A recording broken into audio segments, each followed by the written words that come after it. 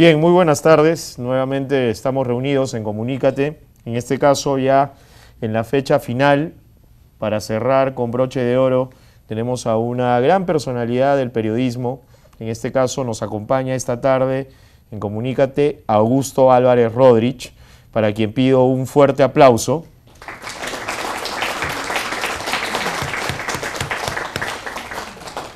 Augusto Álvarez Rodríguez es economista de la Universidad del Pacífico, máster en Administración Pública de la Escuela de Gobierno John F. Kennedy de la Universidad de Harvard. Es columnista del diario La República e integrante de su consejo editorial. Conduce de lunes a viernes el noticiero Primera Noticia de ATV, el programa Buenas Noches con Augusto Álvarez Rodríguez y un programa de conversación con la audiencia en Radio Capital. Bien, entonces, para hoy va a estar moderando este evento el profesor Ricardo Ramos Jaramillo, a quien le doy la palabra. Okay, muchas gracias, Pedro. Bueno, bienvenido, Augusto. Creo que tienes preparada una presentación, pues vamos con ella. Perfecto. Bestial. Tengo una presentación que no la voy a hacer tan larga. Muy buenas tardes primero. Tan larga como había pensado, que me parece que, como Ricardo me dice siempre estas cosas, la conversación es mucho más rica, pero antes quisiera plantearles algunas cosillas previas para que nos sirvan de marco de lo que vamos a conversar. Y la charla que quisiera tener hoy día con ustedes, quiero que la vean como una cosa interactiva, y a lo que quiero apuntar es básicamente a valores centrales en el ejercicio del oficio del periodismo. Y así que vamos rápidamente, lo que voy a ver son estos principios fundamentales. Voy a entrar a ver temas como democracia y periodismo, y luego vamos a entrar a ver libertad de expresión, todos temas que están muy vinculados, prensa y poder, y quizás si hay tiempo, o podemos volarlo para la parte de conversación, temas específicos del papel del periodismo en la lucha contra la corrupción y el papel del periodismo en temas humanos. Así que vamos al terreno, y lo primero que quisiera plantearles es que en verdad los periodistas no se suelen vestir como estoy vestido en este momento, así que me voy a poner más a tono para esto que quiero que sea más informal de lo que parezca. Primer punto, si me muevo mucho, tú me avisas, en algún momento me tengo que estacionar para no molestarte mucho con el movimiento. Quería plantear lo primero es el compromiso del periodista. Y entiendo que acá hay bastantes personas que estudian periodismo, quieren entrar en periodismo, y lo que primero quisiera plantearles es, ¿cuál dirían ustedes que es el compromiso principal que tiene un periodista? Cualquiera, ¿quién se anima? ¿Ética? ¿Qué es eso? Las morales que tienen para saber creo que si no, decir a lo que saber decir y no decir. Ok, o sea, la ética. ¿Alguien tiene alguna otra opinión de cuál es el compromiso principal de un periodista? La información, que siempre se informe. La información. Ay, qué bueno. Entonces ahí le vamos pasando. La información. Así es, la información. Disculpa, que primero se informe de todo y que después recién, como se dice, que salga al aire, ¿no? Y que previamente se haya informado de todo, no que simplemente se deje llevar por lo que le han dicho. Perfecto. ¿Alguna otra opinión sobre cuál debe ser el compromiso principal? Pásale el micro atrás. La veracidad. La veracidad, la verdad. Exacto. Formidable. Es un tema al cual vamos a ir recurrentemente en esta presentación. Lo que quisiera plantearles en primer lugar es que los periodistas tenemos muchos compromisos. De todo tipo. En parte muchos compromisos, nos invitan a muchos sitios, pero lo principal acá es que hay un compromiso y quiero plantearles cuáles son esos compromisos. Primero tenemos un compromiso con el medio en el cual trabajamos. Y si yo trabajo en ATV, quiero que ATV tenga mejores programas y mejores primicias que la competencia, que América, Frecuencia Latina, etc. Si yo trabajo en la República, quiero que la República sea mejor, que sea más competitivo y le vaya mucho mejor que el resto de diarios. Y si estoy en Capital, lo mismo y así. Por tanto, uno tiene un compromiso con el medio en el cual trabaja y quiere que a ese espacio, a ese medio le vaya cada vez mejor. También hay un compromiso que tiene que ver con tu audiencia, con tus lectores, televidentes, con tus oyentes, y ahí tu compromiso se puede resumir como el compromiso que yo tengo cotidianamente con ellos de llevarle lo mejor que pueda darles. En la República yo tengo pensado quién es mi público objetivo, y cada vez que escribo pienso en ese público objetivo, y eso es bien importante. A veces hay periodistas o columnistas, a veces veo que escriben y creen que su columna la lee el presidente de la República, entonces ponen, señor presidente, usted así, y yo sospecho, los presidentes nunca leen periódicos para empezar, ni además algo bien importante, los presidentes no te pagan el sueldo. Cuando uno escribe, por ejemplo, una columna, yo pienso más bien en mi público promedio. Pienso en una señora, en mi columna de La República, en una señora que viva en Jesús María, que lee el periódico y que quiere que le explique de una manera más o menos simple lo que está pasando en el mundo político. Tú tienes un público objetivo al cual te diriges. Lo mismo, cuando trabajo en un noticiero en las mañanas, sé o estoy pensando, intuyendo quién es el público que me está viendo y me trato de dirigir hacia esa persona, dándole lo mejor que pueda darle. Pero también tenemos un tercer compromiso, y que es con el país. Un periodista debería ayudar a contribuir a que le vaya cada vez mejor a tu comunidad, a tu distrito, a tu provincia, a tu país. Sí, ¿no es cierto? Uno podría contribuir a eso de muchas maneras. Estos tres compromisos son importantes con el medio en el cual trabajas, con tus lectores, tus oyentes, tus televidentes y con la gobernabilidad, el país, etc. Pero hay un compromiso que es mucho más importante que todos esos. ¿Y ese compromiso cuál es? Es el compromiso, lo que tú decías, el compromiso con la verdad. Y un periodista lo que debería es tratar permanentemente de abocarse, de tratar de llegar y de mantener ese compromiso con la verdad por encima de todas las cosas. Y esto te permite te ayuda a pensar que cuando haya una dificultad o una contradicción entre alguno de estos cuatro compromisos, tú deberías optar siempre por tu compromiso, por la verdad. Les pregunto, ¿se les ocurre situaciones en las cuales haya una contradicción o un choque entre alguno de estos cuatro compromisos? Los ayudo. Por ejemplo, ¿puede haber alguna discrepancia entre tu compromiso con la verdad y el medio en el cual trabajas? ¿No? ¿Se les ocurre alguno? ¿El micrófono? A ver, ahí te van a dar el micrófono para que lo puedas decir y se te pueda escuchar. Por ejemplo, de que la PEPA, por ejemplo, para el día siguiente, en este caso esté involucrado, por decirlo así, a un familiar ¿Ya? o alguien que esté vinculado con el propietario del medio. Ajá. ¿Qué sucedería? O sea, ¿estaría bien que salga el nombre de esa persona o dejarlo ahí nomás? Buen punto. Ahí puede haber una contradicción. Te lo pongo más, que el medio en el cual trabajas quiere apoyar a un candidato. Y tú has encontrado que ese candidato es un sabandija que anda haciendo tropelía y media. ¿Qué cosa deberías optar ahí? ¿Ah? ¿Denunciarlo? Sí, deberías optar por tu compromiso por la verdad. Lo más probable es que te voten al día siguiente, o no. ¿No? Pero hay riesgo que uno corre en este oficio. Puede haber paso a uno más complicado. ¿Se les ocurre alguna contradicción entre tu compromiso con tu audiencia, con tus lectores, con el público y con la verdad? Es más difícil, pero es más interesante. ¿A alguien se le ocurre algo? Que la gente que te está escuchando, mirando, quiere oír o leer una cosa que no es la verdad. ¿No se les ocurre? Por ejemplo,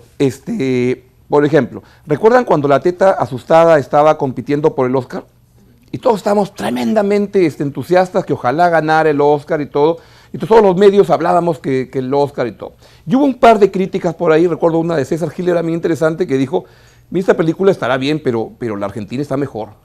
Entonces mucha gente dice, caray, antiperuano, cómo va contracorriente y todo. La gente quiere escuchar en ese momento que te digan, vamos a ganar el Oscar. Pero hay gente que te dice desde su punto de vista, esto no, hay otras películas que están mejor. En ese caso, tu compromiso como periodista, ¿cuál debería ser? ¿Ah? El de la verdad. Ajá. Ahora, quiero poner acá un punto que voy a volver luego. Cuando hablamos de la verdad, sospecharán que no hay la verdad, ¿no es cierto? Que a veces tu verdad puede ser distinta a mi verdad, pero vamos a entrar luego a eso. Por tanto, pueden haber casos en los cuales mi compromiso con la verdad choque con lo que es el compromiso con los audiencias. Hay casos más complicados de eso. Hay un libro bien interesante de periodismo que te demuestra cómo en la guerra de las Malvinas, la gente en Argentina quería que le contaran que estaban ganando la guerra. Y los medios se contagiaban de ese espíritu para, cambiaban la información o interpretaban diferente la información, y eso hacía que les contaran a la gente que la guerra la estaban ganando, cuando era evidente que los cajones con los chicos que peleaban argentinos iban llegando día a día porque los ingleses volaban los barcos e iban acabando. O pueden haber casos más graciosos, porque estas charlas yo las he dado en muchas partes del país. En Huancayo, por ejemplo, me contaron que hay una verdad que en Huancayo no le gusta a la gente que se diga, que es que la papa la huancaína no es de Huancayo, es de Lima. Y claro, a gente en Huancayo les molesta, pero algunos dicen, oye, pero es verdad, la papa la huancaína no se hizo acá. Lo que ven es, puede haber momentos en los cuales haya contradicción entre lo que quieren que le diga la audiencia y lo que ustedes creen que es la verdad. Y con la gobernabilidad del país, esa es más sencilla. Pueden haber contradicciones entre lo que, entre comillas, le conviene al país en un momento y la verdad. ¿Se les ocurre alguna? ¿Alguien se le ocurre alguna? Es más fácil. Por ejemplo, ¿denunciarían al presidente de la República si se enteran que es un ladrón? Ojo, con lo que implica, imagínense ahorita que descubren que el presidente está metido en algo horroroso, que lo van a denunciar, y eso provoca que hay una inestabilidad horrible, se cae el gobierno, y y entonces el progreso económico se trunca. ¿Denunciarían eso o no? ¿Cómo? Se la pongo de otra manera, u otro ejemplo. ¿Denunciarían que un banco está en problemas muy serios, aún sabiendo que publicando esa información el banco va a quebrar y van a acabar afectando a un montón de gente que ha puesto sus ahorros ahí? ¿Ah? ¿Cómo? A ver, el micrófono, tú dices que tendríamos que ser muy sutiles. ¿Y cómo lo hago sutil? O sea, ¿cómo le informo a la gente de una manera muy sutil que el banco está quebrado? No hay cómo. Ojo, no, si vas a dar una noticia, una regla básica es, si la vas a dar la noticia, dala. Pero no es que la vas a dar chiquita en la página par, escondida abajo, medio solapa para que nadie se dé cuenta. ¿Sí? No la des. Bueno, un periodista, creo, lo que debería hacer es contarle la verdad, aun cuando eso pueda producir que se perturbe la gobernabilidad, la estabilidad de un país. Los bancos no quiebran porque los periodistas denuncian algo, quiebran porque están mal. Pero tu obligación en ese caso es preferir la verdad antes que ese compromiso o lo que la gobernabilidad quisiera tener. Por tanto, primera cosa que les quiero plantear es el compromiso central de un periodista debe ser con la verdad y debes tratar de llegar a ella a pesar que en el camino tengas problemas, a pesar que en el camino puede hacer que pierdas empleos, a pesar que en el camino te pelees con gente, a pesar que la audiencia o tus lectores te crean que eres un desgraciado, que les vienes a contar cosas que ellos no querían escuchar. Tu compromiso principal es con la verdad. Vamos a lo segundo, a los principios de un periodista. Miren, los principios de un periodista es ciertamente ese compromiso con la verdad. ¿Un periodista debe negociar cosas en su ejercicio profesional? ¿Hacer cosas que tú no quisieras hacer? ¿No? ¿Por qué no? ¿Todos creen que la respuesta es no? ¿O hay cosas que se pueden negociar? ¿Preguntas? ¿Comentarios? Yo pienso que depende. Depende. A ver, interesante. Ponle acá el micrófono. O sea, que hay cosas que sí puedes negociar. ¿Qué cosas sí podrías negociar? A ver, por ejemplo, ¿qué podría negociar? El mismo caso que usted dijo, por ejemplo, en el caso de los bancos, si un banco quebrara, ¿Ya? a mí me pareció de que efectivamente un periodista, lo correcto sería que diga la verdad, sobre todo, ¿no? Porque eso es lo que merece su público o la audiencia. Pero yo pienso de que hay maneras, por ejemplo, tenemos que pensar en las consecuencias, siempre mirar más allá de lo que pueda ocurrir. ¿Un periodista debe difundir las cosas pensando en las consecuencias?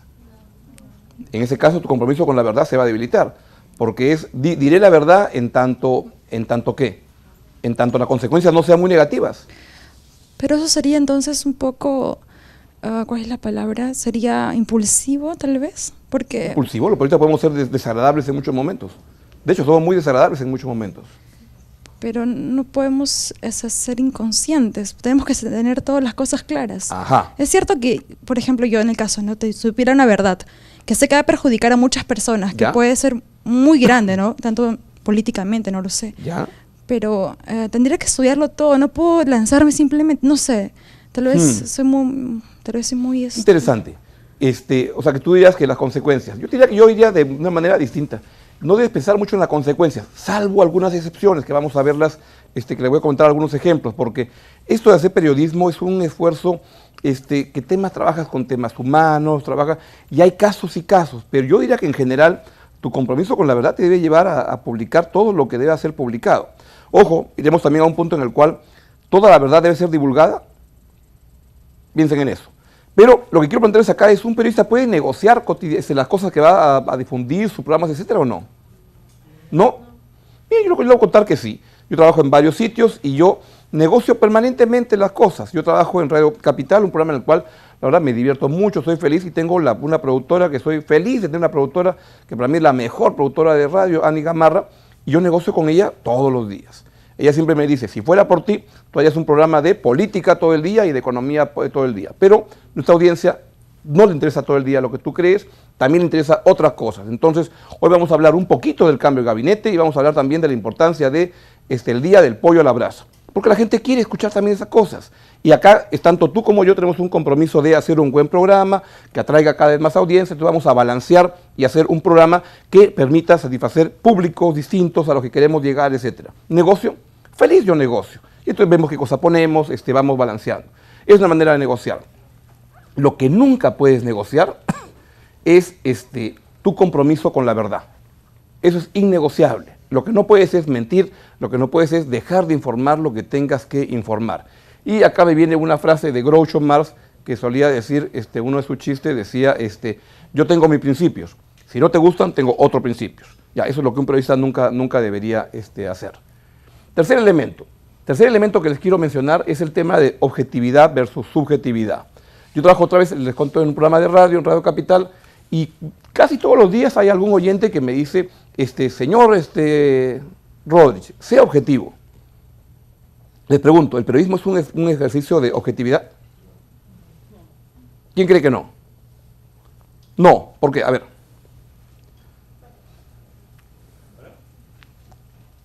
Bueno, yo creo que el periodismo no es un ejercicio de objetividad, porque básicamente cada periodista viene con un background, viene con una serie de experiencias que definitivamente forman parte de su opinión. ¿Y por qué la gente reclama objetividad?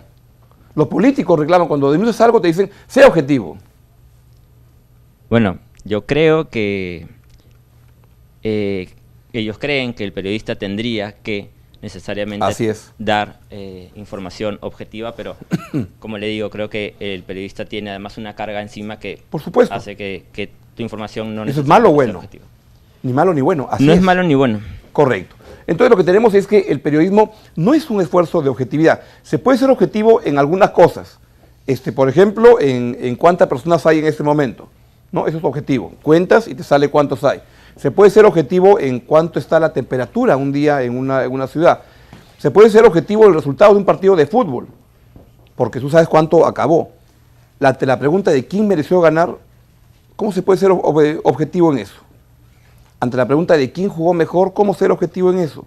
Por tanto, el periodismo es un esfuerzo permanente de subjetividad.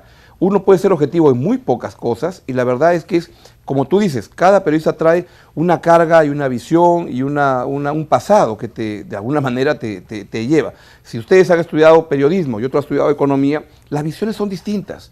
El tema de conga, si vives en Lima o si vives en Cajamarca, se ve de una manera muy diferente. Por tanto, en estas cosas lo que no podemos es tener la verdad y tenemos que ser conscientes que el periodismo es un trabajo permanente de subjetividad. Y es más, la gente te demanda la carga de subjetividad. La gente lo que quiere es que tú le digas, el equipo que mereció ganar el partido fue y no y que tú le des una visión tuya inteligente de las cosas. La gente pide eso. Pero lo que no puede ser es que la subjetividad no puede ser un biombo para la mentira. Es decir, tú puedes ser subjetivo, lo que no puede ser es mentiroso, y la diferencia debería estar bien clara. Tercer elemento que quería plantearles es el tema de la no infalibilidad y la arrogancia. Los periodistas suelen ser, como yo, gente muy arrogante. Creen que son los dueños de la verdad y que lo que dicen es lo que va a hacer y creen que todas las cosas deben ajustarse a su modo de ver. Y muchos periodistas son tan arrogantes que a los que no piensan con ellos comienzan a insultarlos. Lo pueden ver cotidianamente en muchos casos. Y además se creen infalibles, creen que nunca cometen errores y que por tanto les cuesta tanto rectificar las cosas. Yo quiero aquí plantearles que el periodismo, que la arrogancia es un pecado capital en el periodista. El periodista que cree que es infalible, que nunca comete errores, créanme, es la mejor receta para el fracaso seguro. Los mejores periodistas, creo yo, son aquellos que tienen la capacidad con toda transparencia, hablar con tu audiencia, con tus lectores y decirles, mira, lo que te dije ayer, he metido la pata, porque tomé en consideración estos datos que no eran así y por tanto prefiero corregirlo ahora y decirte cómo voy a tomar las precauciones para que esto no me vuelva a ocurrir.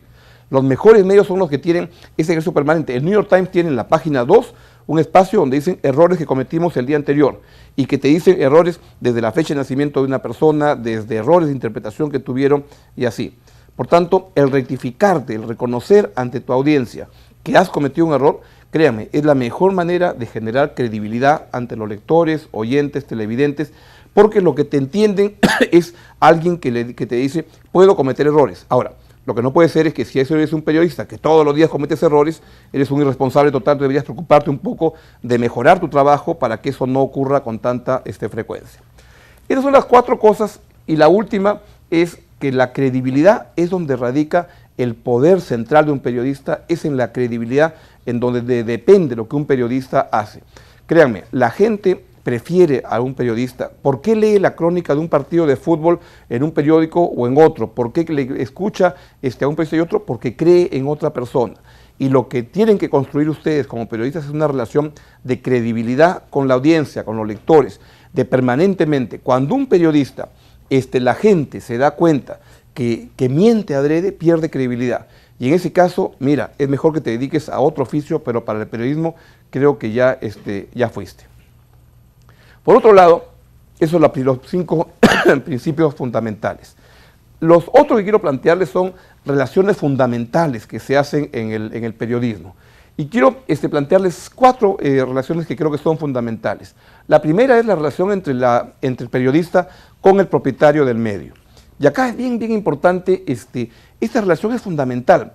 Yo he tenido la suerte en mi vida de trabajar con propietarios de medios que la verdad han sido en general muy caballeros, o unas damas en todo el sentido de la palabra, de compartir estos fundamentos básicos de lo que debe ser el periodismo y que cuando eso ya se rompe, pues lo mejor es que ha llegado el momento de irte a otro lado.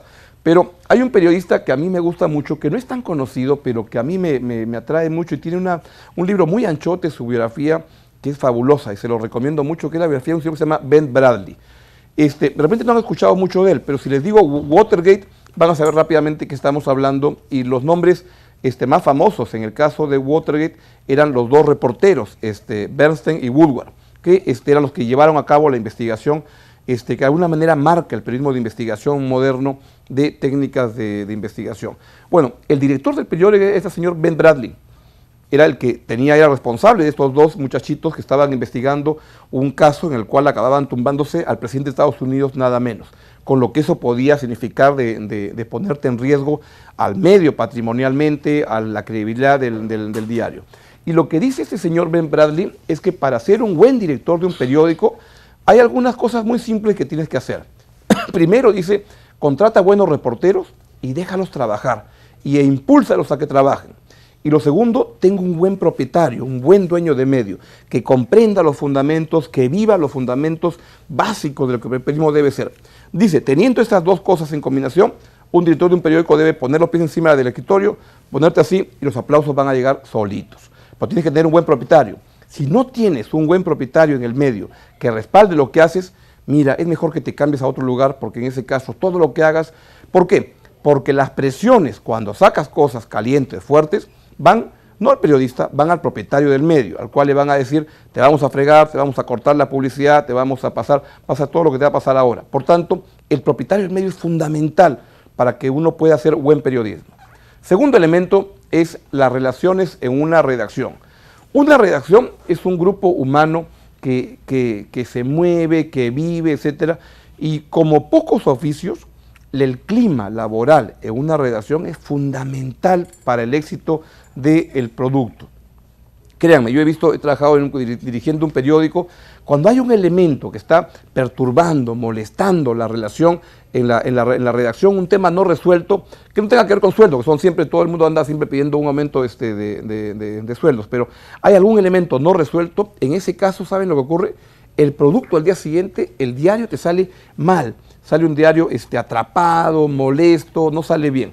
En cambio, cuando las relaciones en el grupo humano caminan bien, todo comienza a fluir de otra manera, la creatividad se suelta y surge. Por tanto, un director de un medio es alguien que lo que tiene que hacer fundamentalmente es, entre otras cosas, pero un trabajo fundamental es preocuparte por el clima de la redacción, de que tu gente tenga la posibilidad de soltarse y dar lo mejor de sí.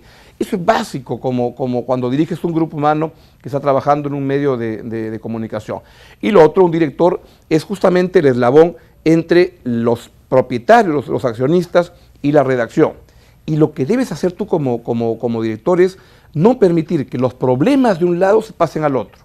Los problemas de los accionistas, manéjalos tú con ellos. Los problemas de la redacción, manéjalos tú con ellos.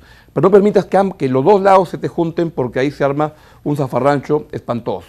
Por tanto, la redacción es fundamental para el producto que vas a hacer. Y eso también tiene que ver con el componente, cómo tú organizas tu redacción. Yo tuve la suerte, en mi experiencia de trabajo, de fundar un periódico como Perú 21, y tuve la gran suerte de poder contratar desde cero a toda la gente.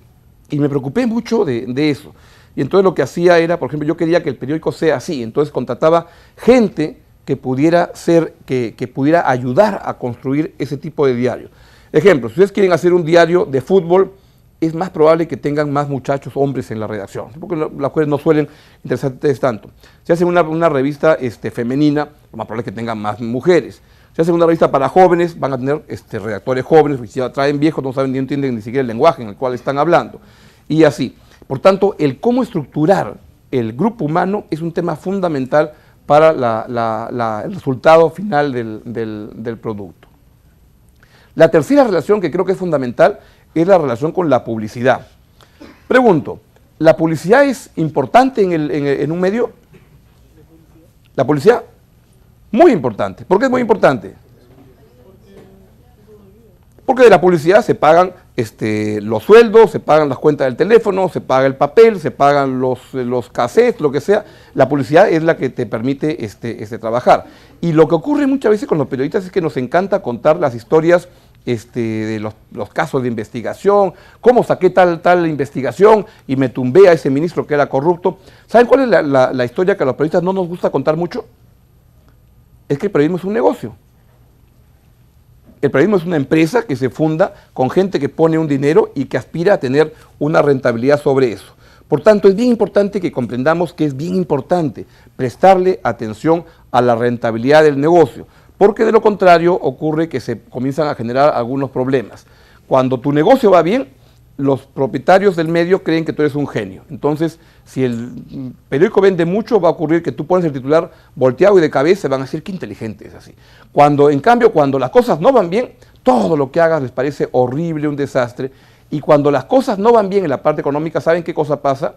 Que se debilita la posibilidad de tú mantener tu independencia como periodista. Por eso es tan importante que un periodista se preocupe de que el negocio vaya bien, que tu periódico venda más, que tengas más rating, etc., porque en ese caso va a ser alguien que va a tener más capacidad de hacer sentir de que tu opinión independiente puede valer. Cuando no ocurre, ahí hay problemas. Y entonces es muy importante la publicidad. Pero créanme que la publicidad nunca puede ser tan importante como para reemplazar al director del periódico, o del canal de televisión o de la radio. La publicidad nunca puede llegar a determinar cuál va a ser la posición editorial del medio. Nunca puede determinar cuál va a ser el titular del día siguiente. Cada uno tiene su sitio y lo que debe construirse en un medio serio, con dignidad, es que tiene que haber una gran muralla china entre los que manejan la publicidad y los que manejan los contenidos. Y no deben pasarse uno al otro lado con tanta facilidad. Y tiene que haber un respeto en ambos lados, de los periodistas por la publicidad y de los publicistas por los contenidos de los medios. Cuando esas murallas se rompen, comienzan a haber problemas. Entonces, eso es bien importante, hay que preocuparse de que el negocio vaya bien. Y cuarta relación es la relación con los políticos en general. ¿Los políticos son importantes para un medio? Muy importantes, entre otras razones, porque son fuentes que nos dan información, gente que nos dan primicias, y hay una relación de ver cómo vas balanceando. Todos los medios quieren tener la super primicia de los políticos y que sean tus actores. Por ejemplo, hace 2 noches en el programa de Buenas Noches en ATM+, tuve la suerte de tener algo que no ocurre muchas veces, que un presidente del Consejo de Ministros va a un programa de televisión a anunciar en el programa que ha renunciado. No, eso no es normal. Sin embargo, eso lo que implica es que haya de parte de un político la relación de decir, quiero ir a ese medio para hacer ese anuncio que es muy importante. Por tanto, la relación con los políticos es un toma y daca, de manera que los criticas, pero construyes una relación de confianza. ¿Cuál es el problema ahí? Es que uno tiene que tener una relación de construcción de confianza, porque son gente que te da información, pero nunca un periodista debe casarse con ningún político. ¿Y saben por qué? Porque vivimos mundos diferentes y objetivos diferentes. ¿Qué les dije hace un ratito? Que los periodistas lo que buscamos es nuestro compromiso con la verdad. Pregunto, ¿los políticos tienen un compromiso con la verdad? No. ¿Está mal? No. ¿Cuál es el principal compromiso de un político? No es con la verdad, es con que las cosas se hagan. Entonces, ¿qué cosa ocurre? Un político lo que tiene que hacer es transar permanentemente. Yo te voy a apoyar a ti, aunque no estoy muy de acuerdo, porque tú me vas a apoyar a mí para pasar la ley que yo quiero que se apruebe, en la cual sí creo. La política es un ejercicio de toma y daca, de negociación permanente. Ahí la verdad puede pasar a un segundo plano. Para un periodista, en cambio, nunca pasa a un segundo plano la verdad. Es tu eje, tu motor central de lo que tienes que hacer. Por tanto, tú tienes que partir siempre de la base que puedes tener, por supuesto, políticos que son amigos, con los cuales te relacionas, hasta que puedes llegar a ser amigo de ellos. Pero cuando eres periodista, tienes que desconfiar de todos los políticos, porque ellos quieren no que se sepa la verdad, ellos quieren que se sepa lo que ellos quieren que se sepa de ellos, no todo. Tu trabajo como periodista es desnudarlos, llegar a esa verdad para poder saber lo que pasa en verdad. Por eso, por ejemplo, cuando yo estoy entrevistando a alguien, ¿qué es lo que más me molesta? Es cuando me dicen, a una pregunta a un político, el político me dice, qué buena pregunta, señor Álvarez. ¿Saben lo que estoy pensando acá? En mi cabeza es, la cagaste, señor Álvarez. No es esa las preguntas que tú tienes que hacer no son esas, son las preguntas que tienes que lograr, cómo los incomodas, cómo los llevas para que se sepa la verdad. Por tanto, la relación entre los políticos y los periodistas debe ser una relación de distancia, suficiente, pero con respeto. Yo no creo ya en el periodismo que entra de manera malcriada a un político. Yo creo que todas las personas merecen respeto. Es una cosa que he ido aprendiendo y que a veces en los periodistas más jóvenes no se acuerdan mucho, pero uno en el tiempo va construyendo en que toda persona debe tener un espacio para que pueda contar su verdad, para que la pueda narrar. Entonces, con esto termino esta primera parte. El periodismo es un oficio que se debe ejercer con principios éticos, fundamentalmente, y buscar, y cuando a veces chicos como ustedes me preguntan, ¿qué consejo me da? A mí la verdad que me odio dar consejos, porque lo que no dan consejos se creen pontífices de todo, pero si me fuerzan, un consejo es, traten que en el periodismo los principios con los cuales ustedes entran, estos ideales que tienen, sean muy parecidos a los principios que tengan cuando terminen con su actividad. Porque el periodismo es una actividad complicada, que te lleva por caminos truculentos, te fuerza o te lleva incluso a relacionarte con gente no muy buena. Y eso te puede llevar por caminos eventualmente incorrectos. Por tanto, lo que un periodista debería buscar es que tus principios, los ideales con los que tú empiezas a trabajar en un oficio, sean aquellos con los cuales tú te vas acercando o los mantienes a lo largo del tiempo en el camino. Lo otro que quiero plantearles es qué papel juega, pasamos de los temas de los valores fundamentales, el periodismo en un país y en una democracia. Pues juega un papel bien importante. Periodismo y democracia son dos conceptos que se retroalimentan permanentemente y van muy de la mano uno con otro, y en el sentido que una buena democracia requiere de un buen periodismo. Permanentemente, porque el periodismo debe tener la capacidad de transmitir lo que la gente está sintiendo, de identificar problemas y plantearlos de manera que la gente que tiene poder, los políticos o los que toman decisiones en el país de toda índole, en las empresas, etcétera, se den cuenta de ellos y reaccionen ante ellos. Ahora bien, un buen periodismo no necesariamente requiere una buena democracia. Eso sí deberíamos conversarlo o planteárselos. A veces al contrario, cuando no hay mucha democracia, son momentos en los cuales el periodismo puede tener un papel estelar en una sociedad. Pero para que el periodismo pueda tener un buen papel en general en un país y una democracia, debe tener algunos requisitos, algunos de los cuales ya les he dicho anteriormente. Primero, un compromiso con la verdad. Segundo, tener principios que no son negociables. Tercero, tener una línea editorial e informativa que sea consistente. ¿Qué quiero decir con que sea consistente? Es que si, por ejemplo, yo digo que voy a luchar contra la corrupción, voy a luchar contra la corrupción. No es que digo que voy a luchar contra la corrupción, si es que es de Ollantumala, sí. Si es que de Alan García, no. Si es que de Lourdes Flores, sí. Si es que no. Es decir, lucha contra la corrupción es toda la corrupción. Caiga quien caiga, sea quien sea. Si tú dices que te interesan estos principios, estos ideales, no es que depende de quién sea, de quién se trata, de quién estás tratando. Lo otro es que sean un periodismo que sea independiente frente a cualquier tipo de poder. Poder político, poder militar, poder cultural, religioso, el que sea.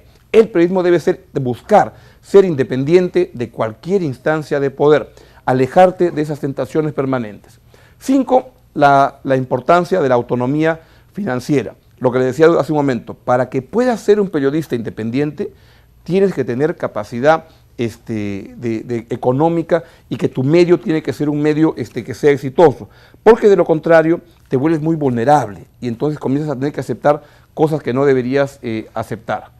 Y 6, tiene que ser un periodismo bien hecho. Y cuando digo bien hecho, es que no basta con que nosotros tengamos buenas ideas. Tienen que ser ideas bien planteadas. Uno tiene que estar permanentemente atento a técnicas modernas del periodismo. Si trabajas en un diario, estar muy atento a lo que son los mejores programas de diseño, tener mejores técnicas de comunicación, es decir, estar muy modernizado, preocuparte por hacer permanentemente un buen producto. Y por último, 7, el último requisito es que tengas un periodismo que esté al servicio de la gente y que ayude a que el ciudadano, a partir de que sea un ciudadano más informado, pueda ser más independiente porque tiene la capacidad de tomar mejores decisiones para su vida. Así, periodismo y democracia son fundamentales, van de la mano uno con otro y el periodismo puede jugar un papel bien importante para construir una mejor democracia en un país. Paso entonces ahora al tema de libertad de expresión. ¿Por qué creo, y por qué, no sé si ustedes lo comparten, que la libertad de expresión es un valor supremo en una sociedad? Es un tema recurrente en las presiones que hay entre la prensa y el poder.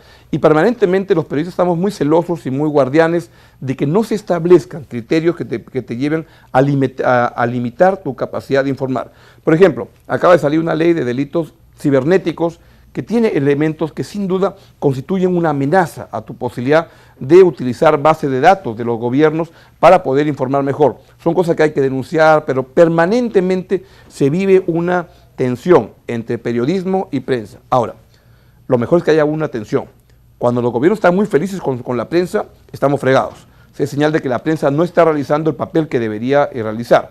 Pero hay una tensión permanente y pues el periodismo independiente es un valor supremo en una sociedad. ¿Por qué? Porque el periodismo independiente es una posibilidad, ¿para qué? Para que el ciudadano sea más libre. Es una posibilidad para darle voz a los que no tienen voz. Esta es una cosa que a mí más me satisfacen o me frustran como periodista, es cuando sientes que has sido capaz de recoger lo que la gente está sintiendo. A veces salgo de la radio y me tomo un taxi y el taxista me dice, y te hace, por ejemplo, comentarios que me hacen feliz ese día, decirme, caray, justo usted hizo la pregunta en la cual yo estaba pensando cuando iba en el carro. Y a veces son preguntas muy tontas. Por ejemplo, un político que comienza a hablar y le preguntas, oye, ¿usted realmente cree lo que está diciendo? Él me dice, era justo lo que estaba pensando, ¿cómo puede haber un político tanta tontería junta? Es decir, la posibilidad cuando tú logras enchufarte con lo que la gente está sintiendo es la posibilidad que genera mucho más satisfacción en un periodista. Y el periodismo independiente es una posibilidad para que el poder sea confrontado por personas como los periodistas que dicen o que deberían representar a los ciudadanos de un país. Ahora, eso te lleva a una paradoja. Cuando los periodistas nos dicen a quién representa usted, ¿a quiénes solemos decir los periodistas? Al pueblo, ¿no? Por supuesto. Y sin embargo, nos pasamos toda la vida tratando de estar más alejados del pueblo y estando más cerca de los poderosos. Nos encanta que nos invite a almorzar el presidente de la República, el alcalde, etcétera, ¿no? Y en cambio nos gusta que si vamos al banco no hagamos cola y cosas como esa. Tratamos de ser lo más alejados del pueblo porque eso te va desviando del camino. Tu chamba, tu trabajo, tu poder radica principalmente en tu capacidad de acercarte con la gente. Y créanme que cuando la gente te percibe más cercana del poderoso, tu poder se reduce. Y en cambio, la gente te va a asignar más poder como periodista cuando te siente que estás más cercano con el sentir, con lo que la gente está sintiendo. Y la gente lo que quiere es periodistas con la capacidad de confrontar al poder, de hacerles notar, sin perjuicio de las consecuencias que vayan a ocurrir, qué es lo que deberían estar ocurriendo en el país. Por tanto, para que un periodismo pueda ser un periodismo independiente, tiene que estar blindado frente a cualquier tipo de poder, y es algo fundamental en una sociedad. Entonces concluyo planteándoles en esta etapa que la libertad de expresión constituye un valor supremo en una sociedad libre y se debe proteger frente a cualquier cosa, frente al gobierno, frente a cualquier amenaza, incluso a veces frente a los propios propietarios de los medios de comunicación. Vamos, y voy avanzando rápidamente con lo que es prensa y poder. ¿Tiene la prensa poder? ¿Creen que sí? ¿Cuánto poder creen que tiene la prensa peruana? ¿Cómo logra poder un periodista? ¿Cómo pierde poder un periodista? ¿Cómo debe ser la relación entre periodismo y poder en una democracia? Vamos a hablar de eso. A ver, prensa es, para empezar, toda forma de comunicación, escrita, radial, televisada, digital, que hoy día está siendo cada vez más importante. Y poder es que toda forma de ejercer influencia en el curso de los eventos en un país. Así las cosas, teniendo en cuenta lo que es la prensa y el poder, la pregunta es, ¿tiene poder la prensa peruana? Sí. ¿No? Pues digamos que sí. Ahora, la verdad es que no tiene tanto poder. ¿Saben por qué tiene tanto poder la prensa peruana o la prensa en algún país? Yo sospecho porque los políticos suelen ser muy tontos. ¿Saben qué es lo que pasa? Los políticos son gente, algunos, no todos, pero algunos, que se pasan todo el día pensando en cómo hacer para que la prensa diga que ellos hacen bien las cosas. No les importa mucho si la carretera está bien hecha. Lo que les importa es que la prensa diga que la carretera está bien hecha. Y se pasan todo el día pensando en cuál va a ser el titular del día siguiente, qué es lo que la prensa va a decir de ellos. Y créanme, eso hace que a veces la prensa se le suben los egos y fracasa. A veces hay políticos, y me ha pasado a mí, que te llaman por teléfono para preguntarte cuál sería tu opinión si es que hiciéramos tal cosa. Yo hace tiempo tontamente les decía, adelantaba mi opinión. Y luego me di cuenta que lo que pasaba es que hay políticos que lo que hacen su focus group, llaman a solamente 5 o 6 personas y toman decisiones, ¿saben en función de qué? Toman decisiones en función de si la prensa va a hablar bien de ellos o no en función de una medida que toman. Y es absurdo, porque créanme, si un país se va a gobernar en función de lo que los periodistas dicen, vamos a estar fregados. Yo conozco mi gremio, sé de quién estamos hablando y nos va a ir muy mal. Los políticos tienen que gobernar y los periodistas tienen que hacer ese trabajo. Pero también ocurre que la prensa tiene poder o cree que tiene más poder porque algunos periodistas creen que tienen todo el poder del mundo y se sienten dioses y creen que su titular del día siguiente va a cambiar las cosas en el país, que la columna que escribieron va a ser recordada dentro de 20 años. Y créanme, el periodismo es el arte de lo efímero.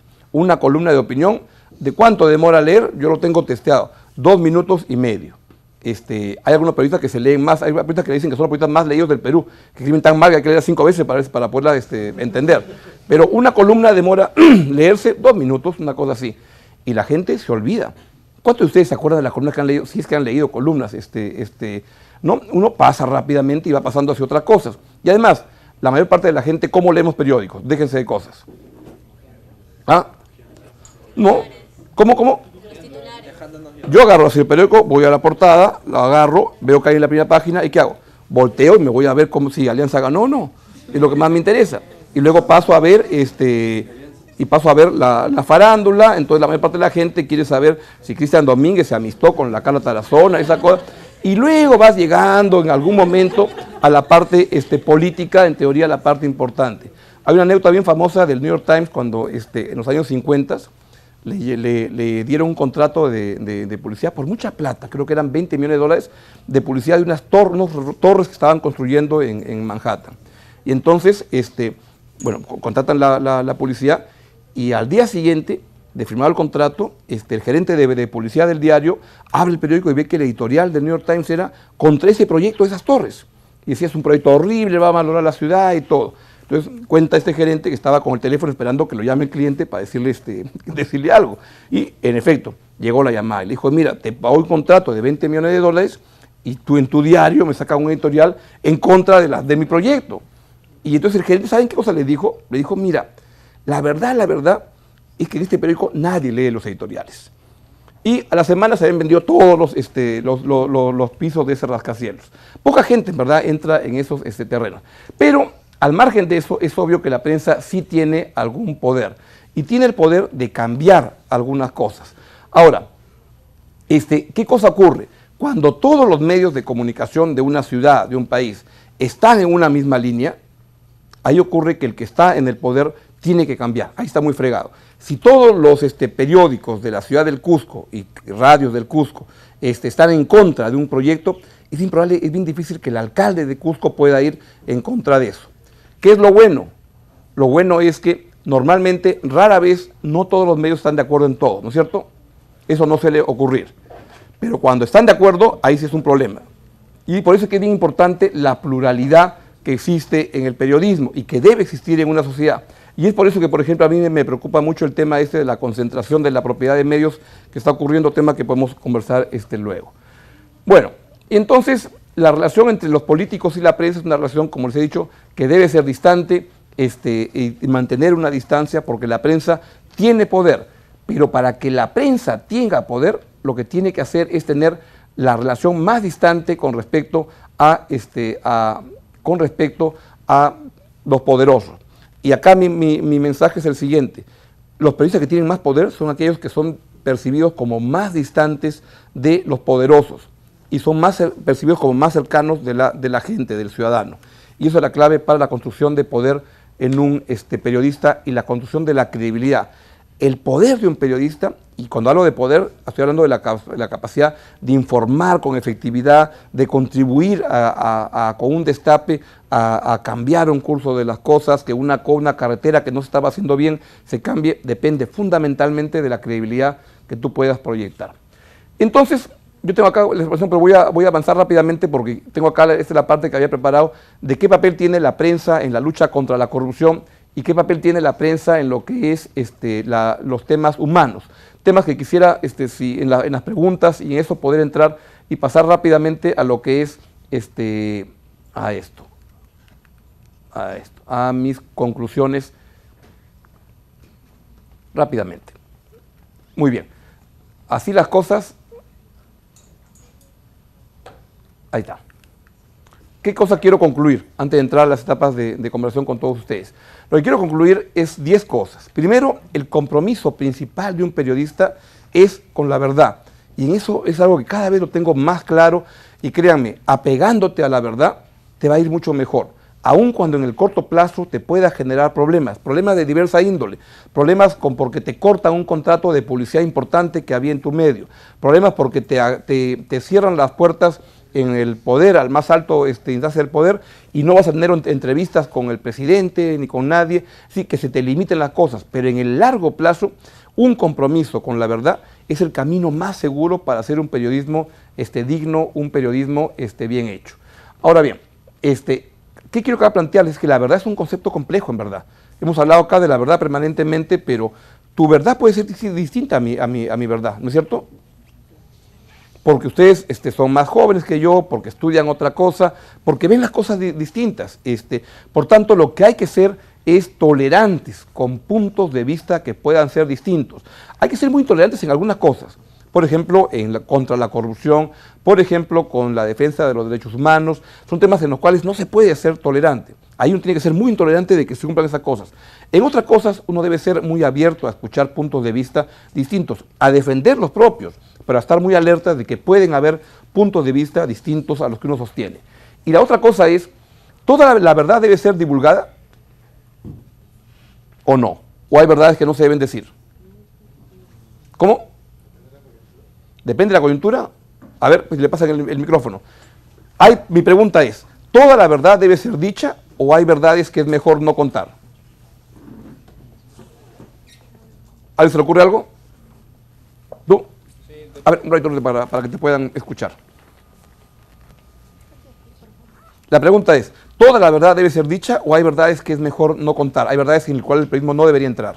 Yo creo que depende más del tiempo en el que esté la verdad. Por ejemplo, si es algo histórico, digamos el fujimorismo en el Perú, yo creo que aún es un tema algo fresco para tocar y hay algunas verdades en las que no se deben tocar en el momento. Deberíamos esperar por lo menos 15 o 20 años más. Pero será para los historiadores, pero tú eres periodista. No, incluye también para los periodistas. Yo creo que un periodista discreparía contigo. Los periodistas somos los historiadores del presente, entonces hacemos las cosas y las cosas irán cambiando, ¿no? También. Otra verdad, ¿hay verdades que no se deberían tocar? Por ejemplo, yo les cuento una, la privacidad y la intimidad de la gente es una verdad en la cual no deberías entrar nunca. Es un tema del cual no debería interesarte. Y cuando hablo de la privacidad y la intimidad, hablo de la privacidad y la intimidad de la vedette y del futbolista y del presidente. Lo que es la vida íntima, privada de las personas, yo siento que es un área en el cual el periodismo no debería entrar. Salvo excepciones muy contadas en donde haya un interés público. Pero si eso no existe, tú no deberías nunca entrar en ese espacio. O en algunos casos, y acá yo les cuento algunos ejemplos que a mí me han pasado en mi actividad periodística, en que tomé la decisión de decir, vamos a parar de informar en este caso. Me pasó hace unos años, cuando estaba en Perú 21, dirigiendo Perú 21, y ocurrió el secuestro de un muchacho. Y entonces sacamos mucha información al día siguiente, y me llamó la mamá del muchacho, y me dijo, señor Álvarez, lo que usted ha puesto es cierto, pero la información que está revelando me malogra toda la posibilidad del rescate porque están dando más información de la que deberíamos brindar. Yo dije, ay caray, eso es cierto. Y entonces, en ese caso, lo que establecimos en el diario fue la disposición de que en todos los secuestros, lo que hacíamos era, yo mismo tomaba contacto con la familia del secuestrado y no es que cambiaba la información, sino que embargaba información, no la divulgábamos a la espera de que no se divulgue información que pudiera malograr la posibilidad del rescate de la persona. Como verán, pueden haber casos en los cuales eso tenga que ser limitado. ¿Quieres hacer alguna pregunta? Por favor. En realidad no es una pregunta, pero me vino a la mente lo que sucedió en la Embajada de Japón, cuando en la República sacaron... Que estaba haciéndose un túnel. Que les estaba haciendo un túnel y que pudo haber frustrado el operativo. Me parece que de repente hubiera sido prudente no revelar esa información. No sacarla. Claro, porque habían vidas en medio, ¿no? Puede ser. Ahora, verás que todos los temas son complicados, porque qué cosa podía... Yo, la verdad, yo trabajaba en la República, pero no trabajaba en ese tiempo y no les he preguntado cómo hicieron, pero ¿qué ocurriría si es que tú crees, como periodista, que hay en camino, que estaban construyendo un túnel y que ese túnel iba a generar una operación que creías que iba a ser un fracaso y que lo mejor era negociar? Tú puedes como periodista decir, yo sacando esa información voy a detener que eso ocurra, ¿no? Se me ocurre que podría ser una explicación. Pero lo que verás es que cada decisión del periodismo es una decisión complicada. Tiene que ver con decisiones de qué cosa publico, cómo lo publico, si lo publico en muchos casos. Y eso es lo que hace complicado, por lo que hace también bonito esta actividad del periodismo. Segundo elemento, como verán, hay verdades que yo creo que no se deben divulgar, siendo el compromiso con la verdad el tema crucial de lo que debe hacer el periodismo. Segundo, ¿cuál es la responsabilidad del periodista? Y acá creo que es indispensable, un periodista debe ser consciente que juega un papel importante en una democracia, pero para que eso ocurra, tienes que jugar tu papel con tu compromiso con la verdad, hacer bien las cosas, y eso implica muchas cosas de no mentir, no insultar, no denigrar, no difamar, hacer tu trabajo como deberías hacerlo bien hecho. Tercer elemento que quiero plantearles es que el periodismo es un oficio de verificación permanente. Y acá a veces creemos que lo más fácil del periodismo es una primicia que tienes y la divulgas. Y la verdad que lo que no somos, eso es lo peor que puede hacer el periodismo. El periodismo es principalmente un oficio de verificación permanente del dato que recibes, darle más vueltas, madurarlo, chequearlo con doble fuente, ir más allá. Y por experiencia en lo que he caminado en ese trabajo, créanme, es mejor perder una primicia que resulta falsa, con todo el mérito que te puede dar o el prestigio que te puede dar, porque así es que la primicia resulta falsa, pierdes credibilidad de una manera dramática. Por tanto, lo mejor es estar bien seguro que cuando divulgas algo, estás o tienes toda la certeza de que es verdad, especialmente cuando estás jugando con temas de honras de las personas. En esos casos es mejor verificar al máximo la información. El costo de una primicia falsa es enorme sobre tu credibilidad y es mucho mayor que el prestigio que te da una primicia que resulta verdadera. Por tanto, el periodismo es una actividad de verificación permanente y que lo hace complicado. Cuarto elemento que quiero darles como conclusión es la honestidad en el periodismo es una cosa fundamental. De eso depende, de que tú puedas sustentar las decisiones que tomas permanentemente como periodista. Ahí te juegas cotidianamente la vida. Quinto, está el valor de defender desde el periodismo los derechos de la gente. Nosotros trabajamos fundamentalmente con gente, con gente sobre la cual informamos y lo que deberíamos es ocuparnos de estos temas humanos que la gente tiene cotidianamente, o también de combatir a la corrupción, temas que impactan sobre la calidad de vida del ciudadano. Sexto, el periodismo debe ser ejercido con total independencia frente a cualquier tipo de poder, político, económico, religioso, el militar, el que sea. Séptimo, el periodismo debe ser bien hecho para que se pueda generar una base económica, ser un buen negocio, porque en tanto sea un buen negocio, esa es la condición fundamental para que tú puedas tener un periodismo independiente, un periodismo decente, que no sea vulnerable a los poderes de cualquier orden.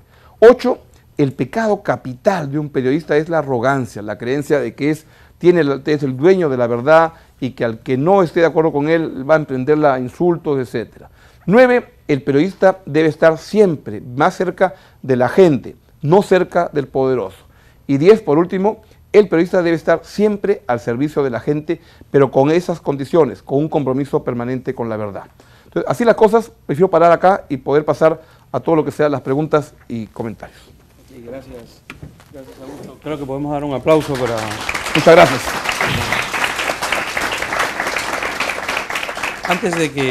Antes de que los chicos puedan formular más preguntas, quizás hay algunos casos en tu propia trayectoria periodística que puedan ilustrar muchas de las cosas que tú has dicho. Yo pienso particularmente lo que viviste en Perú 21 con el caso de Pedro Audios, en el que tú tuviste una posición que en determinado momento fue distinta a la de un grupo de accionistas al comercio en torno a la conveniencia de divulgar esa investigación que estaba basado en audios que habían sido, digamos, recabados sobre la base de la interceptación telefónica. Tú dijiste que eso no iba en colisión con los principios rectores al diario ni con los principios periodísticos, que había una verdad mucho más importante que revelar. Al poco tiempo tuviste que renunciar, hubo otras consideraciones que trascendieron de diferencias en tu manera de enfocar el periodismo con cierto sector del accionariado, el comercio, que al final fue más poderoso, ¿no?